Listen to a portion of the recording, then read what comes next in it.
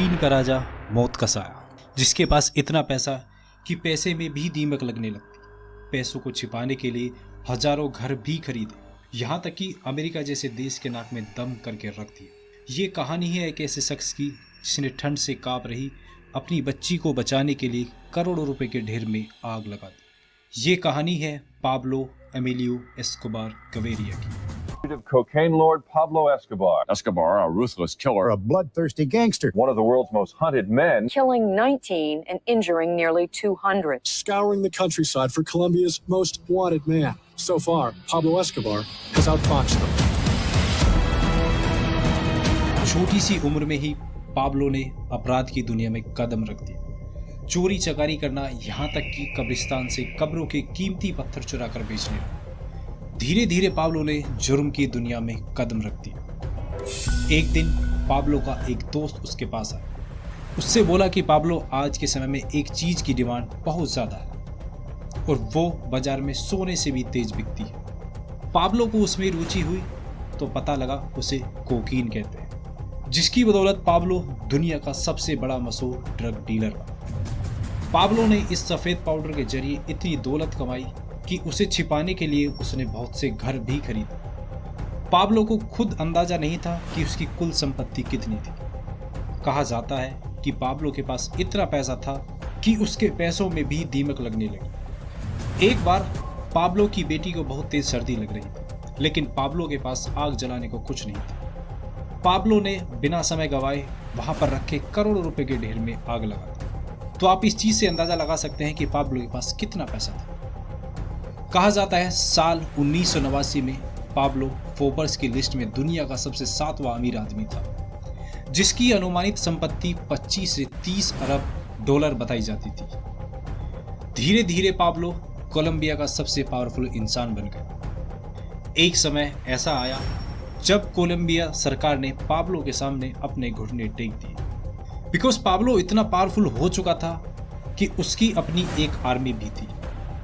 Pablo का एक असूल भी था और वह बोलता था कि घूस खाओ और मेरे रास्ते से हट जाओ, नहीं तो गोली खाओ और दुनिया से चले जाओ। समय आता है साल 1980 का। हिंसा की आंधी चल रही थी, पूरा कोलंबिया जल रहा था। पाब्लो इतना निर्दयी हो चुका था, अगर उसकी कोई नहीं मानता तो उसे दिन दहाड़े मरवा देता, चाहे वो कोई पुलिस अफसर हो या कोर्ट का कोई जज हो। एक बार कोलंबिया से एक विमान ने उड़ान भरी जिसमें तकरीबन 200 लोग सवार थे, लेकिन उसी विमान में पाब्लो के कुछ दुश्मन भी बैठे हुए थे। पाब्लो ने उस विमान को उड़ते ही आसमान में बॉम्ब से उड़वा दिया। इस तरह पाब्लो ने अपने जीवन में हजारों लोगों की जानें ली।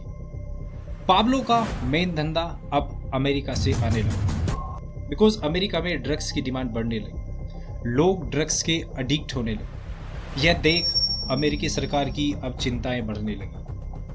अब जगह जगह पाब्लो के ड्रग्स ठिकानों पर छापे पड़ने लगे और कोलंबिया सरकार पर दबाव बढ़ने लगा कि पाब्लो एस्कोबार पर एक्शन लिया जाए।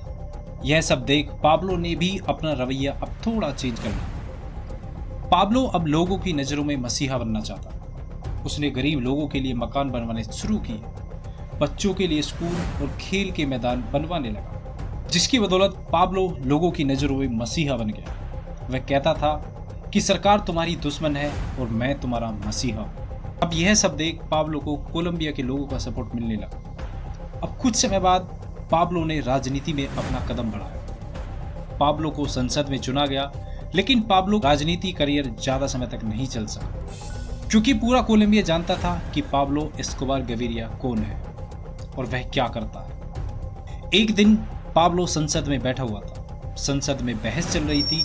तभी अचानक अपोजिशन पार्टी के लोगों ने पाब्लो को ड्रग्स माफिया और खूनी कह कहकर चिल्लाने लगे। इतना सब देखकर संसद के कार्यकारी अधिकारी ने पाब्लो को संसद से बाहर कर दिया। अब संसद से बाहर होने के बाद पाब्लो गुस्से से भर उठा। उसने सरकार के खिलाफ एक जंग छेड़ी कि या तो सरकार आत्मसमर्पण करे या फिर सभी अपनी मौत के लिए तैयार हो जाए।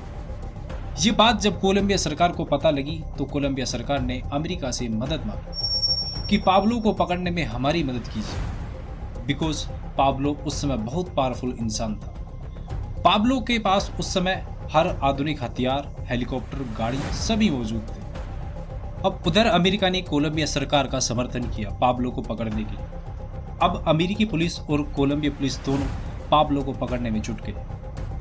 कुछ समय बाद पाब्लो पकड़ा गया, लेकिन पाब्लो ने एक शर्त रखी। उसने कहा कि वह अपनी बनाई हुई जेल में ही रहेगा, जिसका नाम था ला कैथरीन। वह एक आलीशान महल जैसी जेल थी, जिसमें पार्टीज होती, पाब्लो के दोस्त आते जाते। यहाँ तक कि पाब्लो अब अपना कोकीन का धंधा भी वहीं से चलाने लगा। वह उस जेल में भी आलीशान राजा की तरह रहता था। उसका कोकीन का धंधा उस समय चरम सीमा पर था। अब ये चीज सरकार की आंखों में खटकने लगी। सरकार के ऊपर फिर से प्रेशर आने लगा कि पाब्लो को जेल में बंद क्यों नहीं किया गया। इस चीज की भनक अब पाब्लो को लगती है। पाब्लो उस आलीशान जेल से भाग निकलता है। पुलिस जगह जगह पाब्लो के ठिकानों पर छापामारी करती है, लेकिन पाब्लो का कहीं अता पता नहीं चलता। पुलिस ने पाब्लो के हर ठिकाने पर निगरानी रखनी शुरू कर दी और पाब्लो के फोन कॉल को भी ट्रेस पर लगा दिया। बात है 2 दिसंबर सन 1993 की। कुछ समय बीत जाने के बाद पाब्लो को अपने घर की याद आई।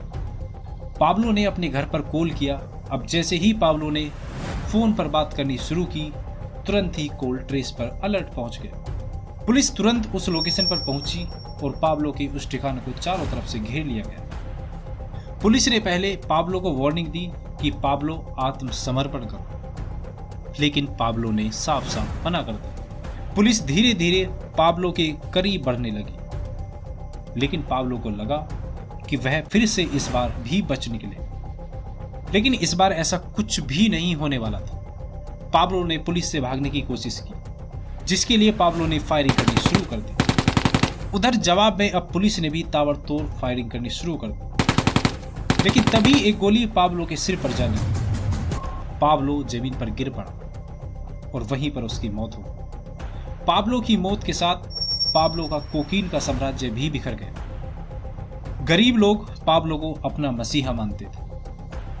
पाब्लो की ये स्टोरी ये लर्निंग देती है कि शक्ति की भूख इंसान को कहां से कहां तक लेके जाती है। अमीरी, सम्मान और अंत में विनाश।